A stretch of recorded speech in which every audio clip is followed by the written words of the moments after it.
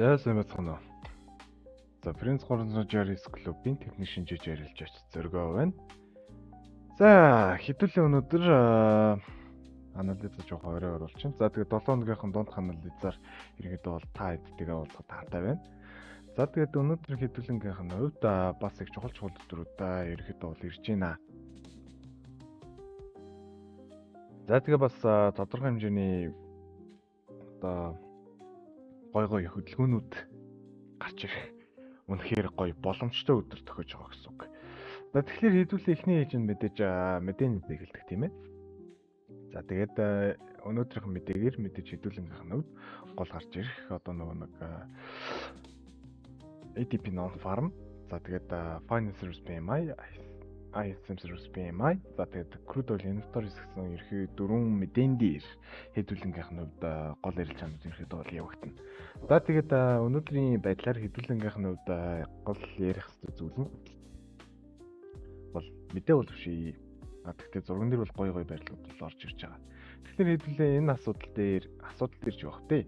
Энэ зүйл дээр ерөнхийдөө бол тулгуулж ярина гэсэн үг. За тэгээд ADP non-farm гэдэг нь одоо нэг хувийн аж ахуйн одоо бизнесийн тий ажлын байрын одоо нэг өөрчлөлт гэсэн үг. За тэгээд ISM service PMI мэдээж ойлгомжтой тийм ээ. За тэгэхээр хэдүүлэнгийнх нь хувьд өнөөдөр юу ярих вэ гэхээр гол мэдээнүүдийн ач холбогдлуудыг ерөөхдөө бол үзэн. За тэгэхэд ADP non-farm дээр бол бас хөрхөн өөрчлөлт гарна гэсэн юу бол байгаа. Сажнаа гэсэн ерөөхдөө бол ажлын байрууд бол ерөөхдөө бол нэмэгдэж байгаа гэсэн нэг тийм мэдээ бол гарч ирж байгаа. За тэгэхээр хэдүүлэнгийнх нь хувьд оройн ерөөхдөө бол 9-10-аас 15-аас мэдээ ирэхэд бол орж ирж байгаа. За тэгэхээр хэдүүлээ энийг гол мэдээ гэж авч үзээд finance service PMI за тэгээд ISM service PMI хоёр бол нэг тийм амар өндөр өөрчлөлттэй бол гаргаж ирэхгүй гэсэн одоо нэг шинжиртэй хамгаал байгаад байна. Тэгэхээр хэдүүлэнгийнх нь хувьд юу арах хэрэгтэй вэ гэхээр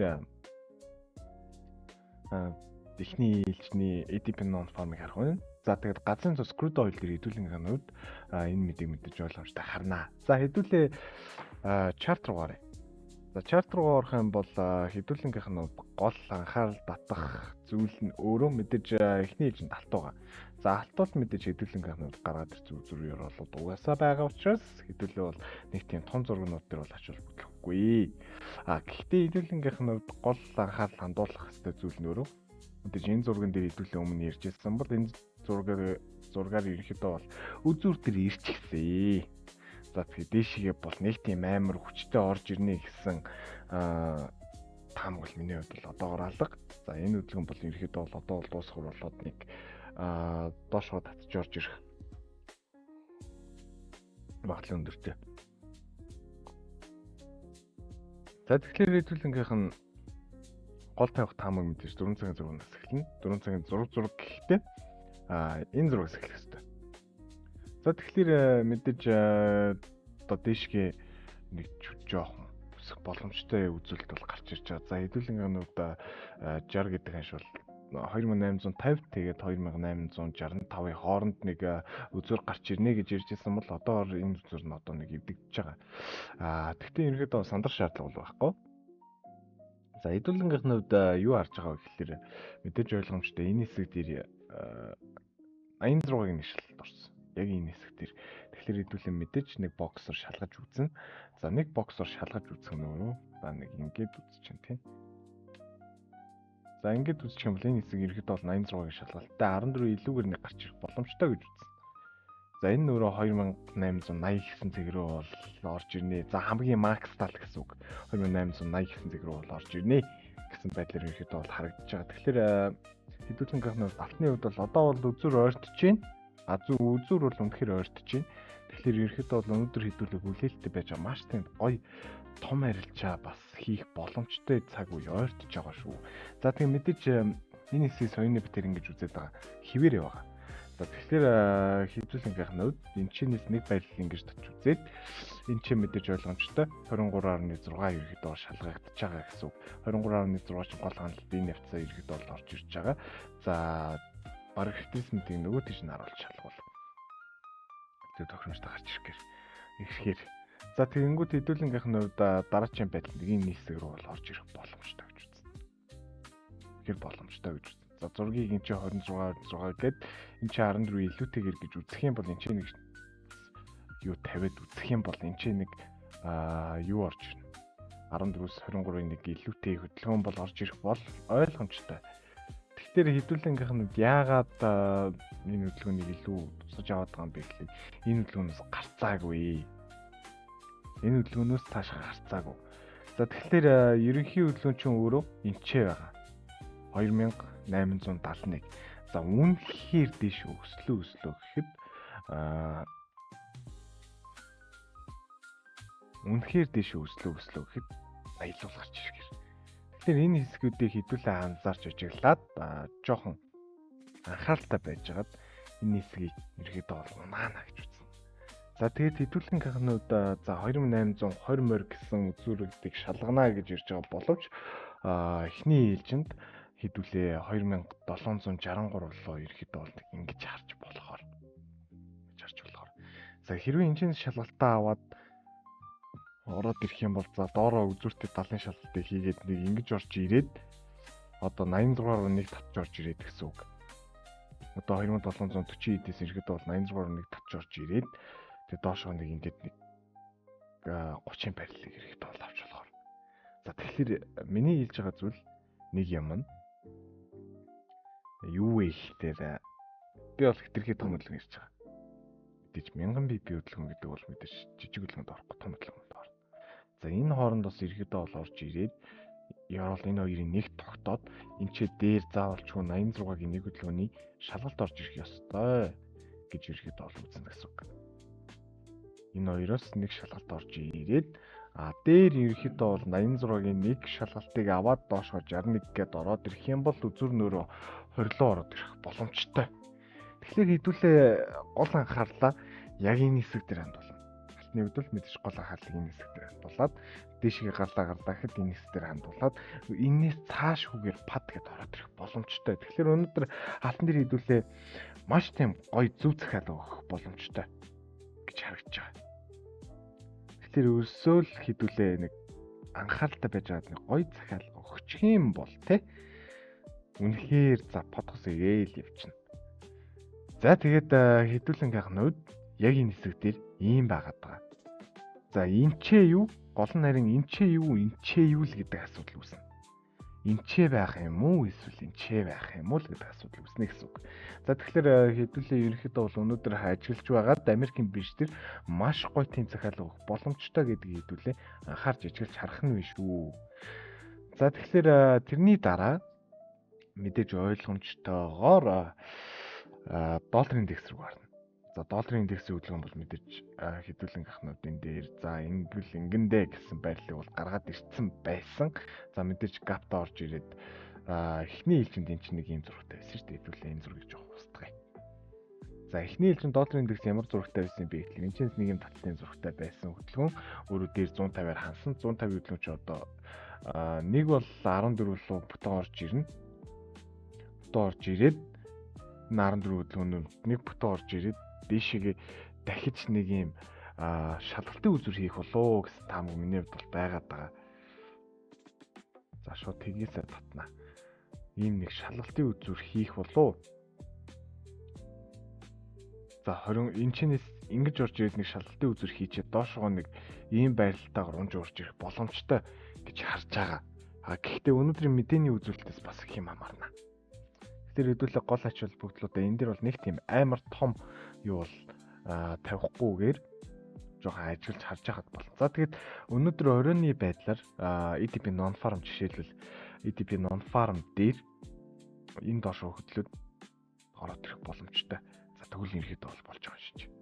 За ер нь болчлоо гэж үзээд хэдүүлээ мэдээж энэ хэсэг дээр заавалчгүй энэ доороос нэг шалгалтын хөдөлгөөн хийгээд за энэ ч өөрөө ингэж үзүүл за нэг 30 шалгалт байсан. За ингээд дээшгээ 23-ын нэг шалгалттайгаар гэж үзэх юм бол энэ дээр нь ерөөхдөө бол нэг ханалтын үзүүл хийцэн. За энэ чинээс гол анхаарал татж байгаа зүйл нь энэ чинээс нэг гэлүүгийн 14 хөдөлгөөн авцсан энэ чинь хуурал аваагүй тэгэхээр дараагийн хөдөлгөөн заавалчгүй ийшээ байж болохоор харагдаад байгаа байхгүй юу. За тэгээд мэдээж ийшээ гаргаа тавингууд энэ өөр 30 хөдөлгөөн. За ингээд жоохон зураг одоохондоо арай багт шингээгүй яг хэсэгтээ орж ирээгүй байгаа даа. Тэгэхээр хэдүүлээ яг зургийг нэг ийм барилтаагаар барина гэсэн үг. Тэгэхээр эхний ээлжинд энэ доошоо 106 мянганы 112 руу бараг ороод ирэх боломжтой гэж үзээд хэдүүлээ энэ зургийг яг хиймд нь хадгалаад барина. За ерөнхийдөө бол доошоо дахиад нэг ёроол үүсэх боломжтой гэж үзнэ гэсэн үг.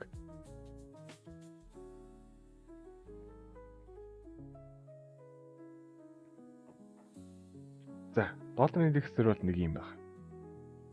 За, алтан дээр бол угаасаа ситуац боломжтой. За, тэгээд хэдүүлэнгийнхэн хувьд гол анхаарал хандуулах зүйл нь өөрөө гол анхаарал хандуулах ёстой зүйлсүүдийн нэг нь өөрөө crude oil байна. За, crude oil бол мэдээж энэ хэсэг дээр нэг ийм хөдөлгөөн явж байгаа гэдээ хэдүүлээ бол өнөхөөс хойш ярьсан. Энэ зураг бол айл үшээ мартагдсан зургнууд байна. За, тэгтээ гол анхаарал тавих хэсэг чинь энэ ч байгаа хэдүүлээ. Тэгэхээр энэ хэсгээс нэг зураг татж үзээд за, энэ ч мэдээж ороод ирсэн. За, энэ доор орж ирээд энэ өөрөө 76.4-ийн ерөөхдөө бол ёроол гэж байгаа. Энэ 50-аас ерөөхдөө бол шидсэн гэсэн үг. Харааны матны шидэлт хөдөлгөөн орж ирсэн гэсэн үг. А энэ зураас бол бидний хувьд бол 70 ярьцаа. 70 32 гэсэн үг. За 30 гэсэн үг. 30 72. За тэгэхээр хэдүүлэнгийнх нь бол гол анхаарал яагаад хандуулах хэрэгтэй юм бэ гэдээ байгаа нь энэ өөрөө соёны битэр. Батэрны хуулиар мэдээж манай багшийн хэлснээр 70-30 заавал баригдах ёстой. За тэгэхээр хэдүүлэнгийнхнүүд энэ чинь нэг шалгалт орж ирсэн бол энэ доор заавалчгүй дахиж нэг шалгалт хийгдэх ёстой гэж хэдүүл үзнэ. Тэгэхээр энэ хөдөлгөөн өөрөө 72-15 гэсэн хөдөлгөөн дээр нэг шалгалт хийгээд явах юм бол хэдүүлээ 50 руу заавалчгүй хараад 74 60 гэсэн хөдөлгөөнөөр заавалчгүй нэг хараад дээшгээ үнэхээр за явлаа гэхэд дээшгээ ирэхэд бол явах бас жоохон хэцүү дээ. Гэхдээ ерөнхийдөө нэг 77 гэсэн ханш бол гарч ирж байгаа хэрнээ энэ хэсэг рүү явахтаа бол жоохон хэцүү. Тэгэхээр эхний ээлжинд хэдүүлээд 74 60 руу харчаад доошгоо нэг явуулж болно гэсэн миний хувьд бол таамаг байгаад байгаа. Тэгээд доошгоо явуулна гэсэн хөдөлгөөн 70 руу нэг орж ирээд 70 руу нэг орж ирээд энэ өөрөө 69 гэдэг хөдөлгөөн рүү нэг орж ирээд 1.14 илүү ивэл 66-75 хавцааны хөдөлгөөн болох боломжтой гэж үзнэ. Гэхдээ энэ зургийг хэдүүлээ дахиж нэг засварлаад энэ хэсэг дээр нэг зургаар харавал энэ хэсэг дээр яг гой тодорхой харагдана гэсэн үг. За тэгээд энэ хэсгийн шалгалт чи яг ямар шалгалт болоод өнгөрсөн бэ гэхээр 100-аас нэг хөдөлгөөн аваад 23 руу нэг 50-д харавал за энэ хэсэг чинь ерөөдөө 123 та ерөөдөө бол багцаалаад баригдаж байгаа гэсэн үг. Тэгэхээр хэдүүлэнгийнх нь хувьд өнөөдөр ямар боломжтой юм бэ гэхээр энэ доор 108-ийн хөдөлгөөн ороод ирсэн. 108-ийн хөдөлгөөн чи өөрөө за энийг цаг дээр харъя. Энэ 108-ийн хөдөлгөөн өөрөө дээшгээ 76.4 за тэгээд 94.5 за энэ доошоо 123 руу нэг шилжүүлээд 94.5 гэсэн байрал дээр орж ирж байгаа. Тэгэхээр 108-аас дахин нэг тохилт авах юм бол одоо энийг устгана. 108-аас дахин нэг тохилт аваад жоохон үзүүртэй ч юм 72 руу ч юм уу орж ирэх юм бол энэ хөдөлгөөн дээшээгээ энэ 94.5 эвдэгдээд явбал гэж байгаа. Энэ хэсгийг сэтэлжүүл гэж байгаа.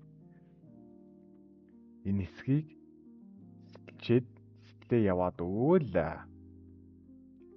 хэдүүлэнгийнх нь эхлээд 86 76 тэгээд 61.8 гэсэн байнууд үүснэ. За ерөнхийдөө бол ойлын орой өөрөө 75 85 руу гарч ирж байгаа гэсэн үг. 75 85 руу гарч ирж байгаа гэсэн үг. За тэгэнгүүт хэдүүлэнгийнх нь хувьд энэ зургийг мэдээж батлах шаардлагатай болно. За батлах шаардлагатай болонгод хэдүүлээ энэ дээрээс энэ соёны паттерны доод ёроол руу энэ хэсэг рүү нэг заавалчгүй таталт хийж үзэх нь вэ штэ. Тэгэхээр энэ шалгалтыг хийж үзээд харавал энэ өөрөө 30 шалгалт болж орж ирж байгаа. 30 шалгалт нь энэ чинь жоохон бохор. За тэгээд энэ 14 илүүгийн хөдөлгөөн чинь өөрөө дээшгээ нэг гарч ирсэн. 14 чинь өөрөө энэ чинээс нэг хөдөлгөөн аваад дээшгээ явах юм бол одоо 72 гэсэн үг. Хэдүүлэнгийнх нь одоо 72 15 гэсэн зэрэг гаргаж ирж байгаа. 72 15-аас доош үзүүр орж ирлээ гэхэд 72 гэдэг цаг байгаа. 72 гэдэг цэгээс дээшгээ явлаа гэхэд эхний ээлжинд нэг 74 рүү нэг орж ирээд дахиад дээш өнөхөр үргэлжлүүлнэ гэх юм бол энэ хэсэг рүү орж ирэх боломжтой гэд. Ерөнхий бол энэ хэсэг нэгдэж байгаа юм. Энэ хэсэг нэгдэж байгаа юм. Тэгээд энэ хэсэг ерөнхий энэ цэг дээр байх боломжтой гэж үзээд тийшээ явах юм бол нэг 75 85 гэсэн цэг рүү бол ирэхэд бол харах боломжтой гэд хэдүүлээ энэ зургийг бол гаргаж байна. За энэ хэсгүүдийг хэдүүлээ сайхан устгаад энэ хэсэг дээр томруулаад нэг энэ доороос нэг шалгалт тавиад үзнэ. Энэ доороос нэг шалгалт тавьж үзэнгүүт хэдүүлэнгийнх нь хувьд энэ чинь нэг 86 61 тэгээд доошоо 150 гэсэн үг. Тэгэхээр хэдүүлэнгийнх нь тавигдах хэвээр нэг там өнөөрөө доошоо үзүр заавалж дутуу. 70 30 руу заавалж орж ирнэ. 70 30 руу. За тэгэнгүүт хэдүүлэнгийнх нь хувьд за энэ чи 61.8-ыг хөдөлгөөн авцсан. 86 дээр одоо ерөнхийдөө бол хэрэг байрал дээр байгаа. Ингээд нэг хэрэг байрал дээр байгаа. За хэрэг байрал доошоо нэг үзүр аваа явах юм бол за хэдүүлээ цагаа гаргацсан шүү дээ. За нэг ингэж орж ирээд болохгүй бол ингэж орж ирэх боломжтой гингүүд хэдүүлэнгийнх нь 74 гэдэг цэг бол баталгаажиж байгаа. Тэгэхээр хэдүүлээ хамгийн ерөнхий наанда 73 гэдэг цэг рүү хараад цаанда 74 гэдэг цэг рүү хараад сэтэрх юм бол 75 85 руу бүтэн шиднэ гэсэн үг. Тэгэхээр ойл дээр хэдүүлээ ерөөдөө бол энэ 72 15 эсвэл 72 гэдэг цэгийг чүд жоохон ажигланаа гэсэн үг. Жоохон ажиглаад явхад ерөөдөө бол бас болохгүй юм байхгүй байх нь шүү дээ. За тэгээд мэдээч энэ 86-ыг ерөөдөө сэтлэхгүй явж жагаад нөхөр өөрөө дээшгээ гарах юм бол энэ бүр 14 илүү их ёстой. 14-ийн тутаалт юм уу илүүтэйгээр орж ирээд хамгийн макстай 75 10 гэж харж байгаа. За 75 10-аас цаашаага 75 85 гэж байгаа. За ерхийн энэ цэгүүдийг хэдүүлээ бол гол анхаарал тавиад нэг ажиглана. Тэгвэл миний хувьд бол энэ хөдөлгөөнд за нэг ингэж нэг 108 ч юм уу зүгэлж орж ир 108 биш юм байна. За юу эн чин 61 ингэж байгаа гэдэг чинь 100 руу нэг бүтэн орж ирээд энэ дахиад дээшээгээ бат гэд гарч ирж болно. Эсвэл ийшээ гарч ирж болно. Тэгэхээр хэдүүлээ бол ойл дээр ойлгомжтой юм чин. Ерхий энэ хэсгийн хөдөлгөөнийг баг бариад авахд болно доо. Гэхдээ энэ нөхцөл заавалчгүй 72-ыг шалгах ёстой шүү. Хэрвээ 86-аас цаашаа явах юм бол энэ хөдөлгөөн өөрөө нэг бол ийшээгээ нэг бол ийшээгээ явах ёстой. Гэсэн хоёр цэгийг хоёр ситуацыг хэдүүлээ барина.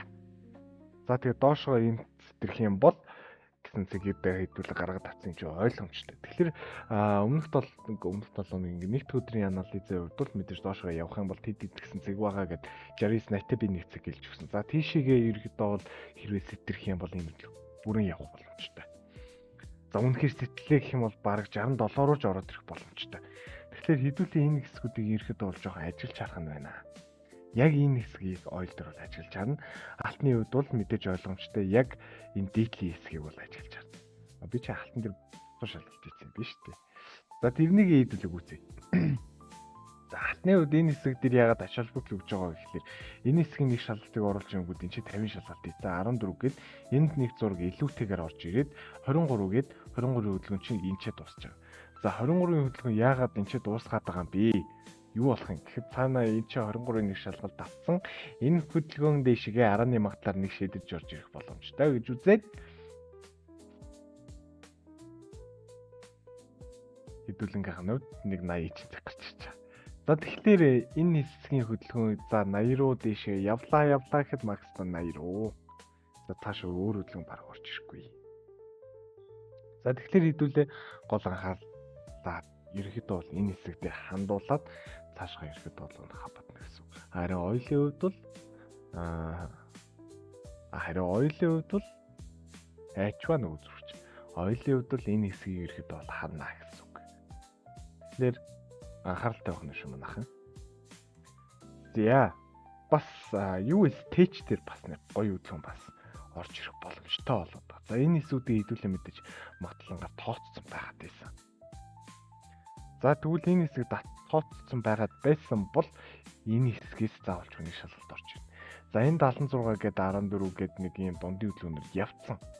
За хөдөлгөөнд аль дээр нэг шалгалт орж ирээд за 30 гээд ингээд нэг 50-аас ирэхэд бол 14 шалгалт ороод ирсэн. За 14-өөс ирэхэд бол доороо нэг 76-ийн хөдөлгөөн ороод ирсэн. Тэгэхээр 14-өөс урж ирсэн 76-ийн хөдөлгөөний чинь тоталттай байгаа даа. За энэ ч тоталттай байгаад байгаа нь ерөнхий сэжиг бүхий төрүүлж байгаа. За энэ хөдөлгөөн 21764 гэсэн цэг байгаа учраас хэдүүл энэ хөдөлгөөнийг ирэхэд болж байгаа ажиглах нь биш үү? Гэхдээ энэ хөдөлгөөн цаашаа дээшгээ гүйцэнэ гэсэн таамаг миний хувьд бол маш чанга байгаа. Маш тийм ихтгэлтэйгээр дээшгээ заавалч хүнийг гүйцэлд орж ирээд өргөжлүүлээд унах ёстой гэсэн таамагийг би бол цаашдаа бол тавина гэсэн үг.